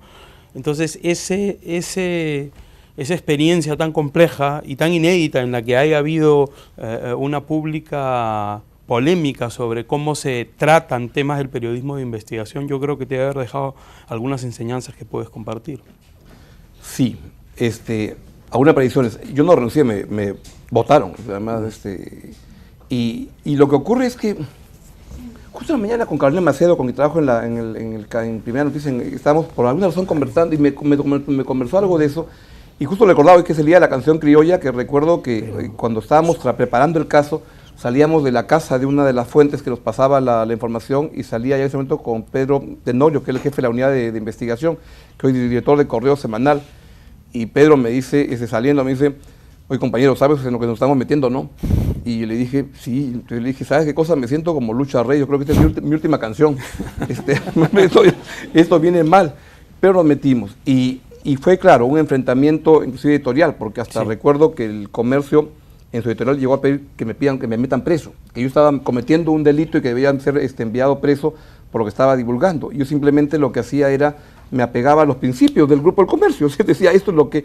Pero claro, eso ocurría en un contexto mayor en el cual ya habían votado a Alejo Miro Quesada, director del Comercio, y era evidente que era parte de un cambio de tono y que seguía yo. Entonces, por tanto, era parte de la cosa, sin perjuicio de lo cual, debo decir que en el Comercio se portaron como unos caballeros, es decir, cumplieron el convenio que teníamos en el cual, mientras yo era director de Perú 21, yo decidía desde la portada hasta el crucigrama, y nadie se metía.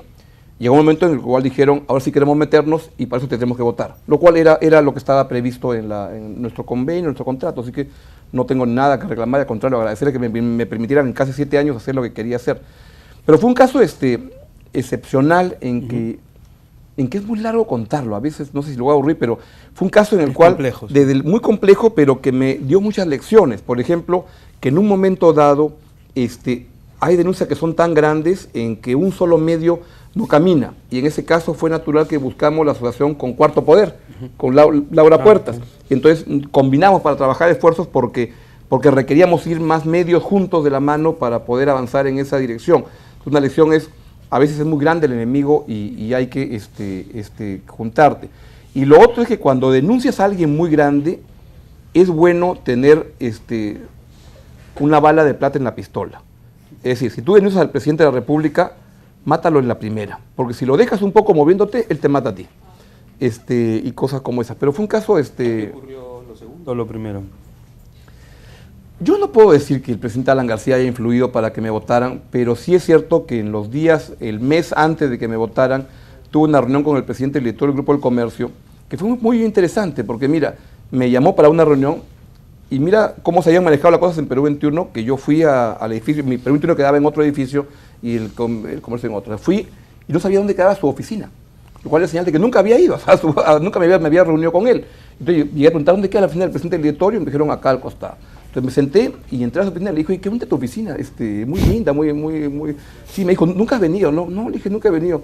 Mejor, dijo, ¿no? Has de venir antes. Sí, no. Y ahí me habló de algunas cosas y me habló de un pedido de no criticar tanto a Alan García, ¿no? Pero yo no tengo ninguna prueba, ninguna cosa que me lleve a pensar eso.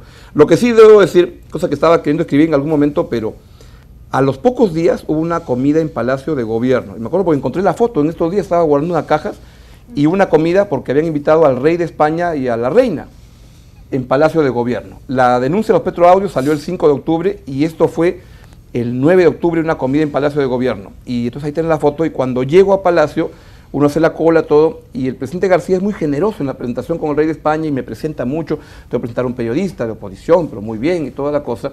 Y entonces nos quedamos conversando ahí. Luego sigo avanzando y la señora Pilar Nores me dice, qué bien que estés denunciando estas cosas, porque hay que denunciar a toda la gente que se ha metido y está haciendo cosas malas en el gobierno. Y entonces pasé al lugar a comer, acabó la comida y salió el presidente García con los reyes todo, y vinieron donde yo estaba. Y volvió a hablarme García del tema y me trató muy generosamente. Y entonces García le dijo, el rey estaba un poco más picado, entonces me dijo, le dijo, es de oposición. Entonces el rey me dijo, bueno, no hay que criticar tanto, la prensa y toda la cosa, y se fueron. Llegué al diario, para cerrar al periódico esta noche, y llego muy contento y les digo, oye, les cuento ahí a los editores principales, les digo, oye, ¿sabes lo bien que me han tratado en Palacio de Gobierno? Me han hecho cariño, el rey García me ha presentado así. Entonces, Pedro Tenorio otra vez dijo, bueno muchachos, hacemos maletas. Así mata la mafia. El beso de Judas. Así es. Y nos votaron a los 10 días, ¿no? Ahora, los periodistas no deberían tener una relación amical con el poder, pero los propietarios de los medios suelen tenerlo, casi es inevitable. Eso influye negativamente, me imagino. Muchísimo. Genera ciertas hipotecas que al final se destilan hacia la redacción. Sin duda. Una vez, yo soy miembro del Consejo Directivo de IPIS, y entonces en la elección del año 2006 hubo una discusión, hay una resolución, ¿no?, donde era la segunda vuelta entre Ollantumala y Alan García. Entonces alguien comentó, no sé quién, pero dijo, caray, desde un punto de vista de la libertad de expresión sería mejor que ganara Alan García que Ollantumala. Ollantumala sería un problema para la libertad de expresión y tanta cosa. Yo ahí le dije, mira, yo no sé, esto es Ollantumala del año 2006, ¿no? Claro. Dije, mira, Ollantumala, ¿qué es lo que más puede hacer? En ese tiempo era distinto, pero puede estatizar la prensa, puede cerrar, lo veo bien complicado. Pero el problema con Alan García es que es muy amigo de los propietarios de los medios. Y eso es un exoceta a la libertad de expresión. Si contra eso es muy complicado remar. Y García, pues, tiene muy buenas relaciones con los medios, ¿no? Con los propietarios de los medios. Y con algunos periodistas también, ¿ah? Claro, sí, claro que sí. Y se nota porque elige a sus entrevistadores en función a veces. Es la potestad de un entrevistado. Hay periodistas que se quejan de por qué la entrevista a uno y la entrevista a otro. Mira, es parte de la cosa. Claro. Un periodista, además, da una entrevista porque quiere ganar puntos. Y no la da para perder puntos. Entonces uno escoge dónde va. Y García para eso es maravilloso. Para un periodista, comento con esto, recuerdo una vez que trabajaba en Canal 2 en un programa de televisión, se llamaba Dos Dedos de Frente, y una cosa loca, era un programa político, sábados a las 11 de la noche. No sé a quién se le ocurrió, pero a Chichi Valenzuela, pero daba resultados, tenía buen rating el programa, porque era la época electoral. Y con los directores de dos diarios que competían. Y éramos con Carlos Tafur y yo, que además éramos diarios que competíamos mucho, y era muy bonito, porque además nos pareció un ejercicio bonito de demostrarle a la gente que dos periodistas que compiten pueden ser amigos y pueden ser y acabamos el programa mostrando la portada que íbamos a sacar al día siguiente, y a veces él presentaba la mía, él presentaba la suya, y muy bien. Pero una noche entrevistamos a Alan García y Juan Carlos no fue, me tocó a mí hacerlo solo. Entonces era sábado a las 11 de la noche, hago la primer bloque, vamos a las 11:20 a un bloque corte comercial, y entonces García, que esto sabe mucho, me dice, señor director, yo he venido acá a ganar votos, usted ha venido acá a hacer rating. Entonces, Yo les sugiero que cuando vengamos de la pausa comercial, ¿por qué no me metes una pregunta que sea un puñetazo? Porque si no, se nos duerme la gente y usted no hace rating y yo no hago votos. Eso es alguien que sabe a qué cosa va, ¿no? Bueno, es un político un maestro de la comunicación. Claro que sí. Ahora, antes que puedan formular algunas preguntas, yo tenía una pregunta a raíz de algunas cosas que has dicho. Has hablado sobre que la prensa tiene que ser un buen negocio, que eso le da un soporte, digamos, financiero, una salud financiera para que el diario pueda funcionar o lo periodístico pueda funcionar. Pero me preguntaba si a veces el buen negocio podría llevar a sacrificar en algo la calidad periodística. La credibilidad. Ahí depende de o la cuánto, calidad. ¿Y la calidad? ¿En qué sentido la calidad? Bueno, a veces hay que hacer cosas que gustan, que no son, que dan rating en la televisión, que dan lectoría en la prensa. O sin duda. Pero que sacrifican la calidad en aras de algo al negocio. Seguro que sí.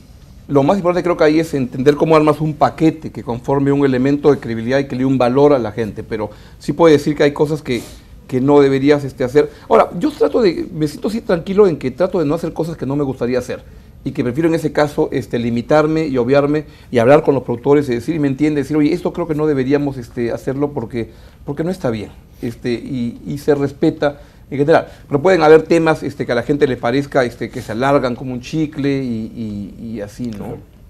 Claro. O también puede ocurrir que se pueda sacrificar lo que es importante por lo que es entretenido, ¿o no?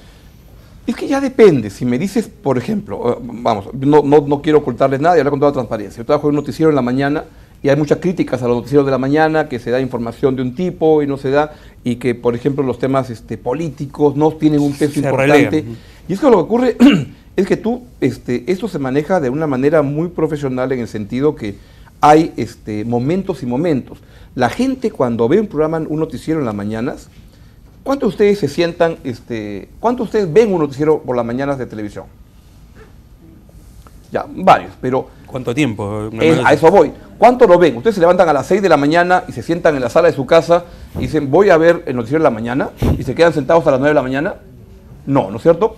La actitud con la cual veo un noticiero así es porque están, mientras me baño, mientras me cambio, mientras pongo las tostadas, mientras los chicos se van al colegio. Es decir, es algo que está ocurriendo que te va acompañando en las mañanas. Y creo que alguien me dijo que estaba como testeado que la gente veía en promedio 22 minutos. Porque nadie se sienta a las 6 de la mañana, salvo que estás jubilado, etcétera, te sientas a ver. Pero si no, van a estudiar, van a trabajar. Entonces es otra la actitud. Por tanto, la manera como te relacionas en la mañana con la televisión es un tipo de relación en el cual, y eso pautea la manera como tú das la información. Muy breve, muy concisa, y van a cosas, a emociones y cosas. En la noche es distinto. En la noche ya llegas a estudiar, ahí sí te sientas más a ver televisión. Y prestas más atención, entonces puede haber una entrevista política más larga. La gente en ningún caso, no quiere en las mañanas, salvo en épocas electorales o algo, entrevistas muy largas, porque no hay tiempo para eso. Entonces todo tiene su momento y su espacio, ¿no? Aunque Beto Ortiz tuvo mucho éxito con esas entrevistas en la mañana, ¿no? Pero no tanto rating. Y en la época electoral más, pero no tanto como se pensaba, porque la gente en las mañanas no quiere tanta cosa de eso. Ok, bueno... ¿Acaso hay algunas preguntas? Creo que pueden ir levantando la mano. Sí, pero justo que en la época electoral sí. Claro, no, sea muy fuerte. Pero cuando pasa ese momento, ya la gente comienza otra vez a preferir otros temas. Entonces todo tiene su momento, su espacio, ¿no? Mientras piensan en algunas preguntas, ¿acaso podemos hablar sobre el tema de la prensa chicha? Hace poco has escrito tú una columna sobre este tema a raíz del juicio a Fujimori. Y hablaste que era muy importante ese juicio, no tanto por lo penal específicamente, sino por las lecciones que nos debe dejar en torno a la prostitución, al periodismo, que en ese contexto se generó con la prensa chicha. Mi pregunta es, ¿algo de esa prostitución, no tanto en los métodos de digitar los titulares, ha trascendido el régimen de Fujimori y se ve en la prensa posterior? O sea, el sensacionalismo existe, pero yo creo que sí, que eso era otra cosa. Ahora, yo no estoy en contra de la prensa sensacionalista, porque otra vez es un público que quiere eso. Hay unos periódicos que publican, no sé cuáles, pero todos los días dice que llegan los ovnis. Sí. ¿No? Y no sé cuántas. Pero claro, que te lo vengan un día, 2 días, pero todos los días llegan los ovnis, y ahí date cuenta que no llegan. ¿No? Pero si hay gente que le gusta, o sea, yo no estoy en contra del sensacionalismo, hay un público, y ahí distingo de lo que es prensa chicha hoy en día de lo que es prensa popular. Yo creo que es muy importante la prensa popular, y ahí veo El Popular, El Trome, Ojo, son periódicos muy importantes para el país. ¿Por qué? Porque te dan información, no es la prensa banal, te la dan en un tono más festivo, alegre, pero lo que hace es que gente que no leía periódicos lee. Y esa gente va a enterarse de las cosas, y son periódicos bien pensados, y le tengo por eso mucho aprecio, porque hace que gente que no se acercaría a los diarios se acerca. Y he visto esfuerzos, lo he visto de cerca lo que hacían en Trome, El Popular y Ojo, son periódicos bien pensados, bien hechos. Entonces, distingo a lo que es prensa chicha, claro, que era la prensa prostituida que era la prensa amarilla manejada por el político. Pero mira, la prensa inglesa amarilla es divertidísima. No, y en un país como Inglaterra, ¿no? Claro, y los periodistas mejores pagados están en esa prensa. Sí, sí. Ahora, ¿cómo calificarías a este grupo de diarios que aparece después de los 1000 que antes no existía, de 50, 70 censados, que cubren también la actualidad política con un tono más o menos semipopular? Hablamos de Correo en primer lugar, claro, que fue relanzado, Perú 21, la primera, bueno, es más político la primera, Diario 16, en fin, es un fenómeno casi podría decir peruano, son cabeceras de diarios tabloides que en muchos casos son populares y serios a la vez. Algunos los han llamado populares serios, semiserios. Pues mira, pues son periódicos que juegan un papel importante. El que comenzó fue Juan Carlos Tafur con eso en Correo, y le fue fantásticamente bien, tanto que entraron más competidores. Entró en Perú 21 conmigo, y entró un montón de diarios. Y es una manera de llegar a mucha gente con un precio barato y con información más concisa y todo, pero Perú 21 era un diario que se ponía en muchos casos de igual a igual al comercio en términos de valor de información y composición editorial, y lo mismo otros diarios, ¿no? Por lo tanto, creo que es mecanismos de llegar lo mismo de una manera más barata y efectiva. Ok, muy bien. ¿Hay algunas preguntas por acá? Ahora ya hay una para que le alcancen. Si te pones de pie para que salga bien en la toma. ¿Qué piensas acerca del comercio? Que han estado diciendo de que intentan monopolizar los medios, ¿no? ¿Piensa que el gobierno debería intervenir? No lo sé, la verdad. A ver, el tema es la concentración de la propiedad en los medios, y es la compra que el Grupo de Comercio hace de Epensa, con lo cual pasa a tener 80% de la propiedad en los medios escritos, a lo cual tú le añades lo que es su participación en América y Canal N y otro, y le añades intenciones que tenían, o que escuché, que querían, por ejemplo, comprar RPP. Entonces, claro, armas una cosa de tamaño tan grande, y ahí lo que yo siento es, ¿qué cosa es? A mí no me gusta mucho invocar que los gobiernos se metan en esto, porque cuando se acaban metiendo, acaban generando un problema enorme, más grande que quieren resolver. Pero sí creo que es un problema cuando hay una concentración de medios en una sola mano, porque se afecta esto que les decía hace un momento de la pluralidad. Y voy rápidamente a explicarte. Cuando hay una concentración tan grande, ocurre que tú distorsionas la capacidad de competencia en el sector. Me explico. Si un solo propietario controla el 80% de los medios en un momento, ocurre que tú le puedes decir al canillita, como tienes tanto poder, oye, mis medios los pones adelante y los otros me los fondeas atrás, ¿ya? Para que no se vean mucho. O, por ejemplo, en la publicidad, tú le puedes decir a los Ripley, a los Sagas, solo pones publicidad conmigo. Si le pones publicidad al que tiene el 20%, ya no entras a mi medio. O te subo el precio. Entonces, tienes tal poder que puedes distorsionar la competencia del sector. Y estos ejemplos que les pongo han ocurrido, no se me están ocurriendo ahora. Segundo, cuando ocurre tanto poder, tú puedes denunciar ante la autoridad regulatoria, Indecopi, etcétera. Pero cuando tienes 80% de los medios en un lado, mira, créeme, al pobre presidente de Indecopi lo vas a apabullar con unas críticas tan espectaculares que le va a quedar poco espacio para poder avanzar. Y eso me lleva al otro lado, a la parte política. Con un grupo, con un control tan grande de los medios, tu capacidad de administrar elecciones es bien grande. Y esto de tener a Bailey disparando contra Ollanta 5 veces durante 5 semanas, lo que vimos en la elección pasada, no son bromas. O Mario Vargas Llosa diciendo, me voy del comercio porque esto no es periodismo, esto es una cosa panfletaria. Y entonces creo que cuando ocurre eso, se crean las condiciones finalmente para que surja tal tensión entre el poder y los medios, lo que hemos estado hablando ahora, que ocurre que se dan o dos resultados. O acaba el poder dando una ley que cambia y malogra todo y afecta la libertad de expresión, o el periodismo se aconchaba contra el poder y acaba haciendo que pierda total capacidad de crítica. En cualquier caso me parece que es malo. Soy consciente que hay un problema, no tengo muy claro cuál es la solución, pero una norma que regule el tema bien hecha sería lo mejor que pueda ocurrir. El problema es cómo crear condiciones para que se dé esa norma bien hecha. Ahora, pongámonos al otro lado.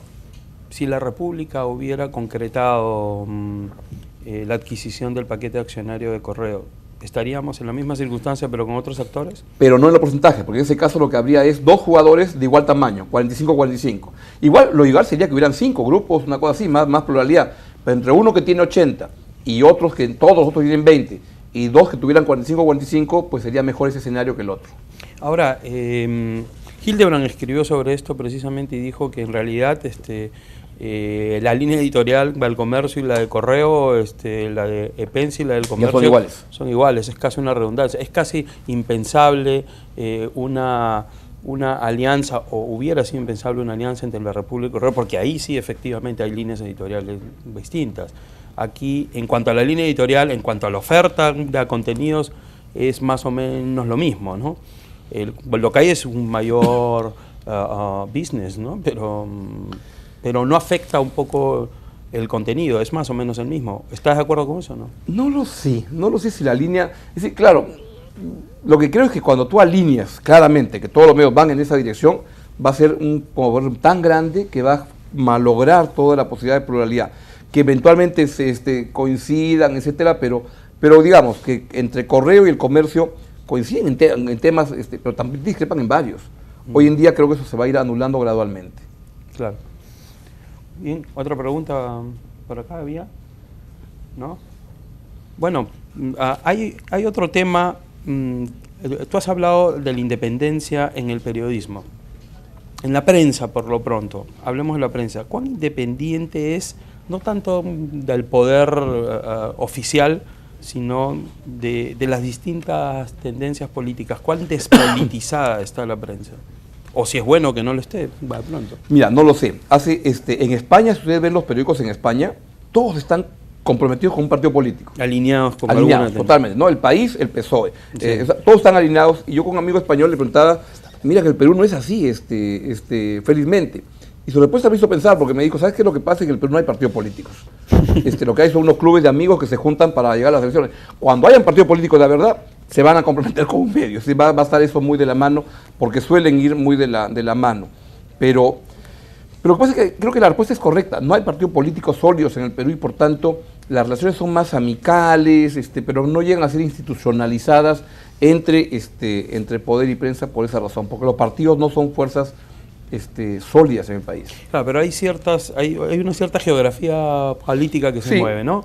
Hay diarios de centro izquierda, hay diarios de derecha, y ahí los actores políticos, sean los jefes de unos clubes de amigos o políticos profesionales, se van alineando. Entonces, el comercio, el grupo del comercio, pues evidentemente no simpatiza con el gobierno en algunas cosas. O sea, por ejemplo, no es muy claro, ¿no? Simpatiza en algunas cosas, ¿Qué crees que no es muy claro? Bueno, que simpatiza con el lado de Castilla al gobierno. Claro. ¿No?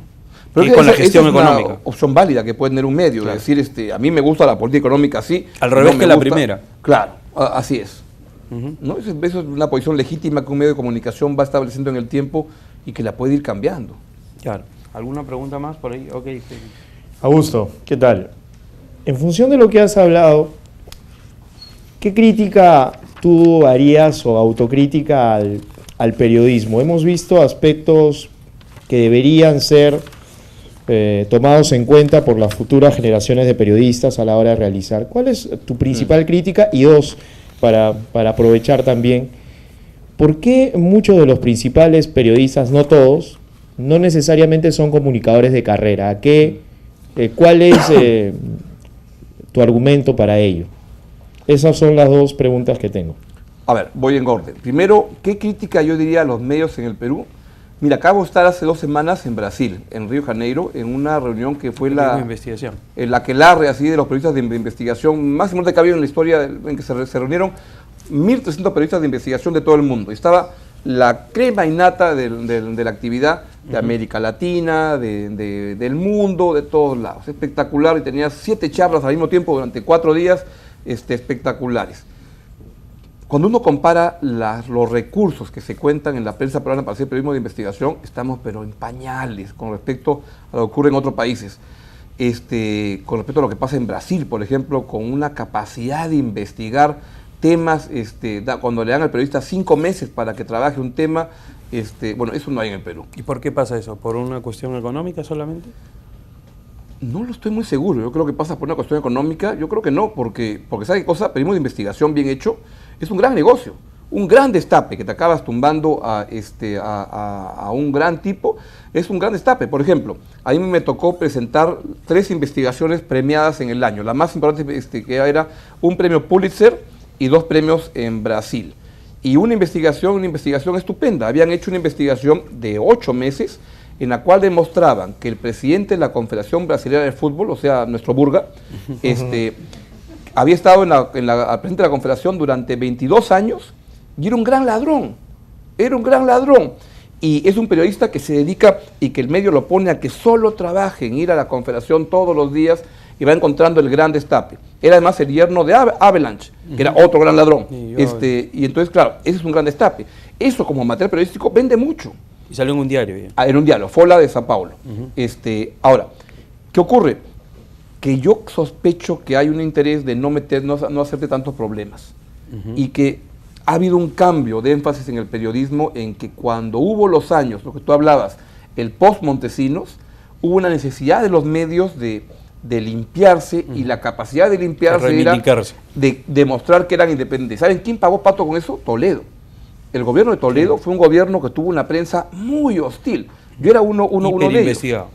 Hiperinvestigada. Yo tengo en la salida de mi casa un cuadro muy lindo que me regalaron desde como ahí hasta por acá, que son las primeras 1000 portadas de Perú 21 en ese tamaño.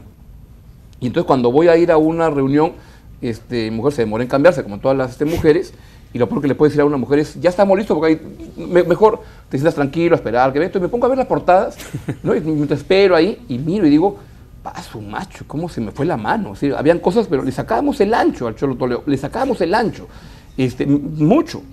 Pero, ¿qué cosa ocurre? Que tenías muchos más recursos para investigar. Yo recuerdo que en Perú 21, como era un diario joven, no empezaba, pero tuve una buena negociación en que me pedían el gerente que le pusiera publicidad en la portada. Yo me negaba, me parecía, no sé, no me gustaba mucho, pero luego en la parte de abajo, una franja, ¿no? Ya todo lo tiene.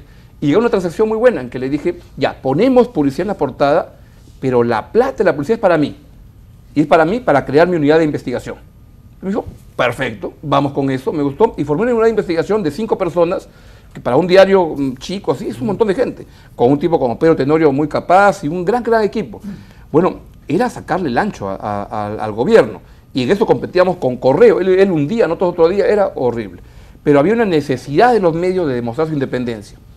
Eso fue hace 10 años. Ya hoy día se han ido olvidando y ya no hay mucha vocación por equipos de investigación muy sólidos por el tema, ¿no? Ahora esa función investigativa, investigación, está un poco en el lado digital, ¿no? Ellos son los que... Es correcto. Los que tienen menos cortapisas, menos condiciones. Sin perjuicio de lo cual diré que hay algunos ejemplos, por ejemplo, cosas que ha estado haciendo Cuarto Poder, me parecen muy interesantes, que ha hecho Graciela Villasís, he visto cosas interesantes que están ocurriendo, pero no es la pauta, no es en general, no es la norma.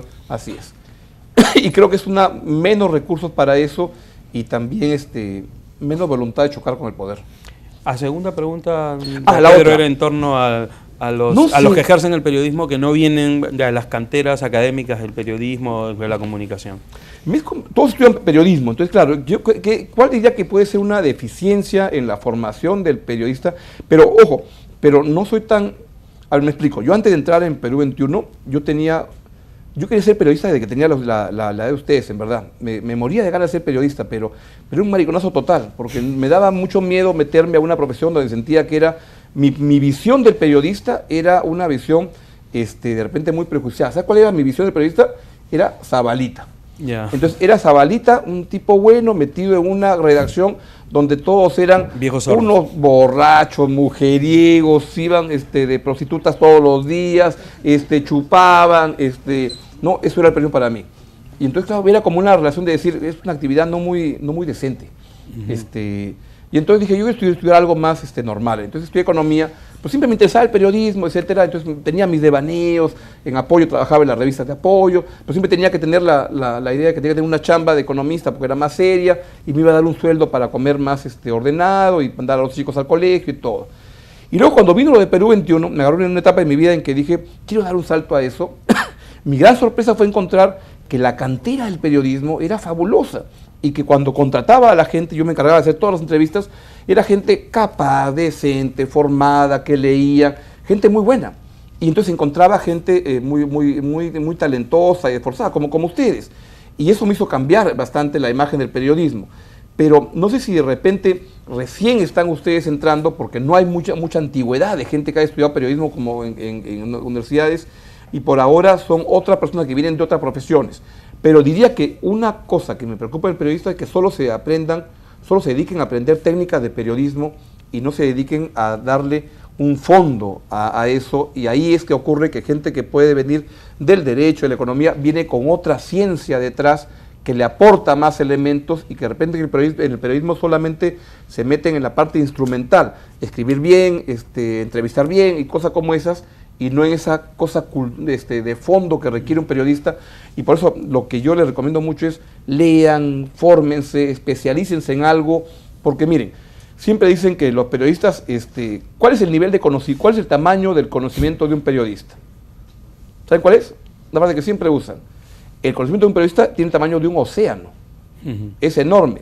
¿No saben cuál es el problema? Es que la profundidad de ese océano es 30 centímetros.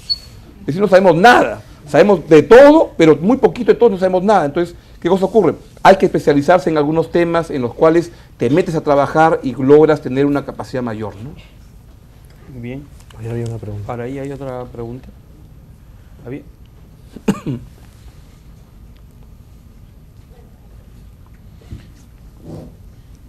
Buenas tardes. Mi pregunta se trata con respecto a que hoy en día nosotros en los medios de comunicación, por ejemplo en la televisión, estamos muy acostumbrados, la audiencia, a ver que el periodista o el conductor que se para frente siempre tiene que dar un comentario, muchas veces quizás de su propia perspectiva, ¿no? A veces toma el papel, deja a un lado su papel de periodista para ser quizás un juez, porque muchas veces critica y hasta el periodista es quien sanciona, quien da como que la condena para aquella persona que se está en ese momento, de la que se está informando. Entonces, quiero saber más o menos dónde queda lo que dicen del periodista, que tiene que ser, que no tiene que estar ni a favor ni en contra y que tiene que informar, ser verídico. Yo discreparía parcialmente. El periodista debe dar su opinión, pero bien que lo plantees en el tono de que no debe ser alguien que condena. ¿Sabe por qué? Porque al final te es muy difícil llegar al fondo de la verdad. A mí me pasa frecuentemente, tengo 3, 4 años trabajando en un noticiero en las mañanas donde das muchos casos humanos. Y la tentación mucho es que das el caso humano de la chiquita que el papá se robó al hijo, que lo llevó a la madre, y toda historia tiene 2 historias. Y a veces tú te comprometes solo con un lado de la historia y te olvidas de la otra, y la otra igual tiene argumentos, y por tanto tienes que tener la capacidad de ver los 2 lados, los 3 lados de una historia, y a veces los periodistas caemos en la tentación que tú dices de muy rápidamente condenar y creernos que somos los jueces que sancionas. Es algo de lo cual te vas curando en el tiempo, ¿no? Pero la tentación de creerte juez y Dios es permanente. Claro, eso tiene que ver con la soberbia de la que hablabas. Claro. Y bueno, pero ¿cuán difícil es para una persona que finalmente se vuelve una figura mediática? Tú sin duda lo eres, tienes un programa de televisión, uno a radio. ¿Cuán difícil es mantener la ubicación y no excederse producto de no sé, de la celebridad, de la popularidad? No sé si esos términos caben en tu caso. Para mí es bien fácil, la verdad, porque mi familia no me cree una celebridad. Entonces, cuando llego a mi casa, mi mujer me dice, bueno, uy, qué mal que presentaste esta información, Facebook, y todo me dice, no sé, o no vi el noticiero hoy día. O no vi el noticiero, me fui a pasear a los perros y mis hijos me dicen, uy, te vi entrevistando a ¿quién era el tipo? ¿Es el premier? ¿Qué hacías con él? Entonces, claro, me lleva muy rápidamente a que las cosas la realidad. Así es, y me gusta que sea así, y también es cierto que a mí esta cosa que dices me ha llegado bien tarde, es decir, ya yo tengo 54 años, pues entré a estas cosas cuando ya estaba bien recorrido, y tú ya sé dónde estoy La tentación al mareo es más improbable. Yo no sé, de repente me dicen ustedes lo contrario, pero la verdad yo me creo bien, bien humilde, de verdad, de saber que estas cosas, que al final la gente es la que tiene la razón, la gente es la que sabe, y tú el sentirte Dios, el que juzgas y haces, esas son tonterías. Bueno, y podría ser hasta pasajera. Hay mucha gente que tuvo mucho poder o mucha presencia en la televisión en el pasado que hoy simplemente ya no se les recuerda. A algunos es una pena que no se les recuerde, digo, pero así es muy frívolo el público, digamos, en ese sentido, ¿no? Bueno, lo que pasa, claro, o sea, sin duda. Pero claro, eso ya te llega con cierta edad, ¿no? Porque yo sospecho que para un chico de 23, 24 años salir en la televisión y ver en las fotos, vas al aeropuerto a tomar un avión, entonces además ahora con los teléfonos la gente cree que todos tienen derecho a tomarse una foto y lo normal es que tú hagas, pues no te tomas con la gente porque va a ser tan malo y además muy agradecido con gente así, ¿no? Pero ya yo entré muy viejo a esto. Muy bien, ¿tenemos otras preguntas? ¿No? Bueno. Yo quería agregar una cosa en que les decía, porque siempre esta pregunta de la formación de los periodistas, cómo complementarla y por qué los que son directores de medios no vienen del periodismo propiamente. Ahora, tampoco están así, ¿no? Yo siento que ya hay gente que uno ve que sí viene de los medios, por ejemplo, Beto Ortiz viene a estudiar comunicaciones, y es un estupendo comunicador, ¿no? Y sabe hacer las cosas muy bien. Y claro, hay otra gente, Rosa María Palacios, viene del derecho, y lo que pasa es que el periodismo es una actividad donde confluye mucha gente de muchos lados.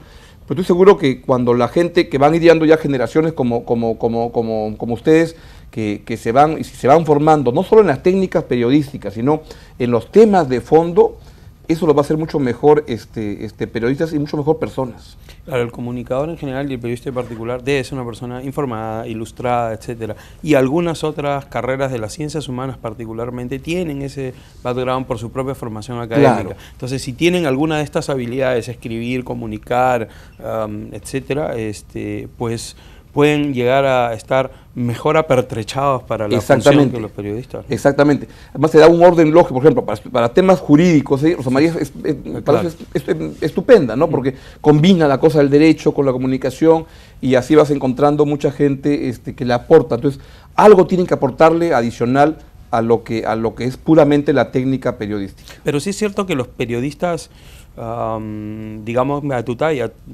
Rosa María Palacios, Juan Carlos Tafur, no vienen a estudiar periodismo.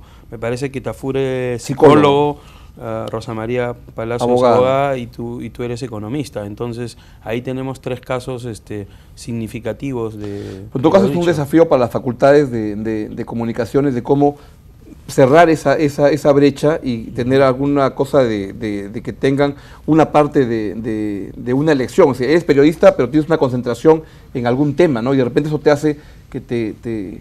Y en algún momento en el que tú eras más economista que periodista, más allá del deseo de serlo, ¿sentiste que necesitabas algunas armas de esa técnica periodística o no? ¿Nunca fue un...? Oh, sin duda.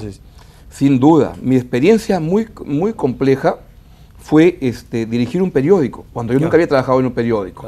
Entonces era empezar por arriba, administrando un grupo humano, y pocos lugares son como una redacción. Hay una película, Ensayo de Orquesta, es de Fellini, creo.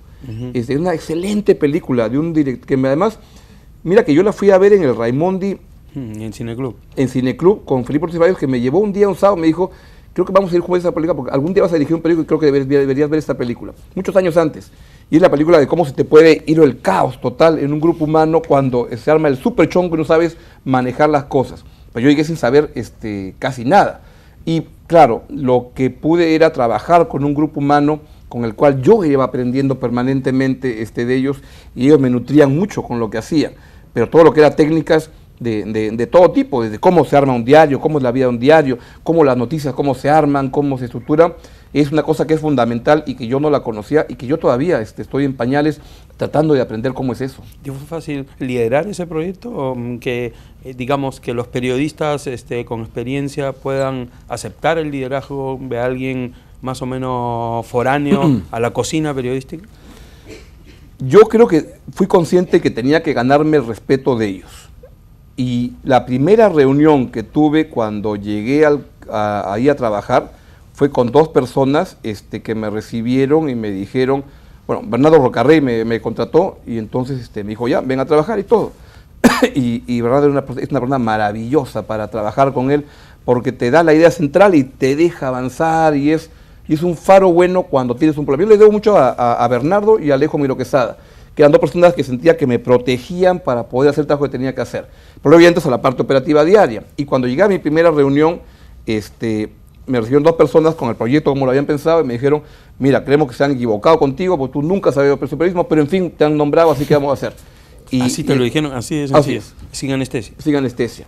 Y entonces era aprender a hacer las cosas y mi aprendizaje me costó mucho, pero con mucho esfuerzo. Y lo viví mucho porque siento que me llegó dirigir un periódico en la edad correcta, en el momento correcto. Tenía creo que 42 años, entonces estaba con la energía y el entusiasmo, habiendo ya recorrido profesionalmente unos 20 y tantos años, y era el momento perfecto en que me llegaba eso, y el grupo humano que se armó fue estupendo. Y tengo una foto muy bonita que la miro de vez en cuando, y era la noche anterior a salir el diario, que es con todos los editores. Y el mensaje que les transmití es, miren, este periódico, sospecho, yo no sé, ustedes son los que saben, pero los periódicos tienen éxito no porque tengan la mejor parte deportiva, no porque tengan la mejor columna, es todo. Y por tanto, o todos vamos juntos o nos jodemos. Y entonces quiero crear un periódico donde el editor de deportes se sienta con derecho de decirle al de política, no me gusta, no lo entiendo. Y que el de la cultural le diga al de economía, estás escribiendo cosas que no entiendo.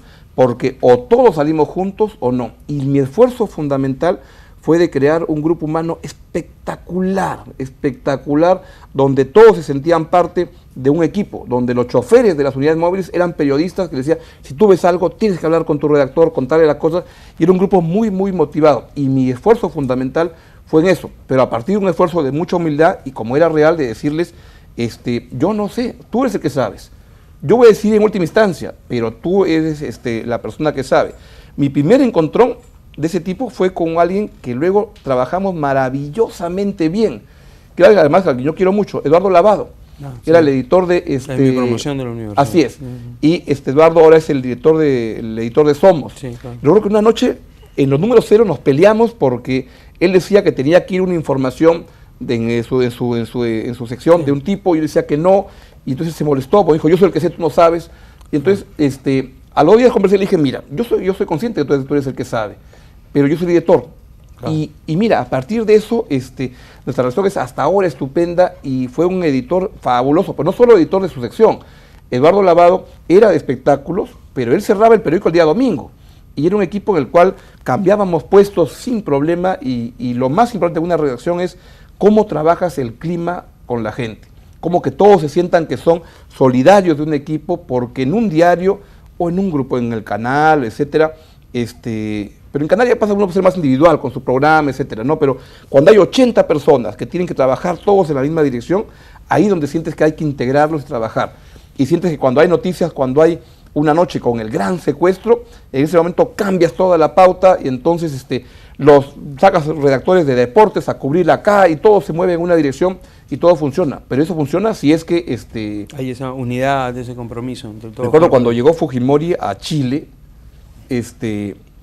fue un domingo, entonces a la primera noticia llegó como al mediodía, que me llama alguien y me dice, oye, Fujimori está en Chile. O en Chile, estaba en Japón, parece que se ha venido. No te creo. Entonces, bueno, 4 de la tarde, ya estaba en Chile, entonces todos comenzamos a preparar la edición, ¿no? Toda la edición, como 15 páginas al día siguiente de Perú 21 con el tema de Fujimori en Chile, y a las 11:30 de la noche, o 12, me llaman de Palacio de Gobierno y me dicen, oye, ¿ya cerraste el periódico?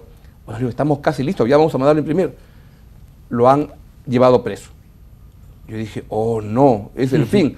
Dice, ¿qué no quieres que lo capturen? No, le digo, pero que lo capturen mañana en la mañana, pero ahora que ya tengo la edición lista. Entonces ahí es para todo a volver a hacer el periódico. Pero ahí que lo capturen al día siguiente de la mañana es también negativo para el periódico, porque envejece en unas pocas horas.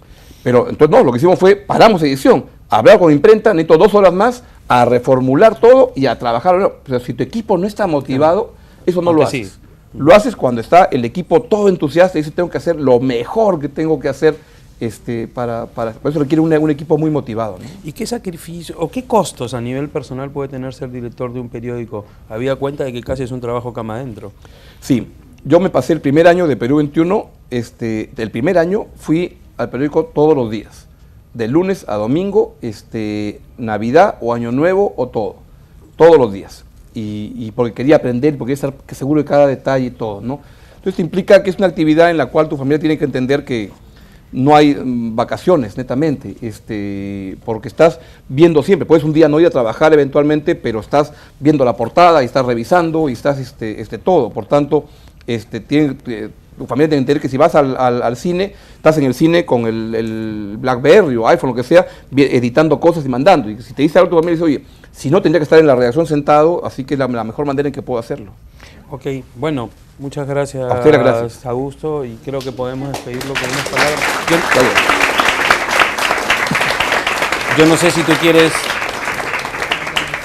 si tú quieres que cerrar con algo chiquito, así como un colofón. Pues mira, mi colofón es cuando veo gente motivada por hacer periodismo, por hacer un buen periodismo, tú sientes que a pesar de los problemas que puedan haber en el periodismo, sientes que la gente que viene tan motivada que te da ilusión de que el periodismo va a ser en el futuro mejor que el que ahora tenemos, porque viene gente como ustedes con muchas ganas. Por tanto, eso me da mucha tranquilidad y mucha alegría. Ok, gracias. Pedro. Bien.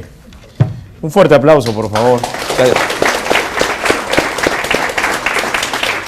Bien, para terminar este evento, vamos en este momento a darle un diploma a Augusto. Muchas gracias. En este caso, Augusto Álvarez Rodríguez, por tu participación en Comunícate. Agradecido.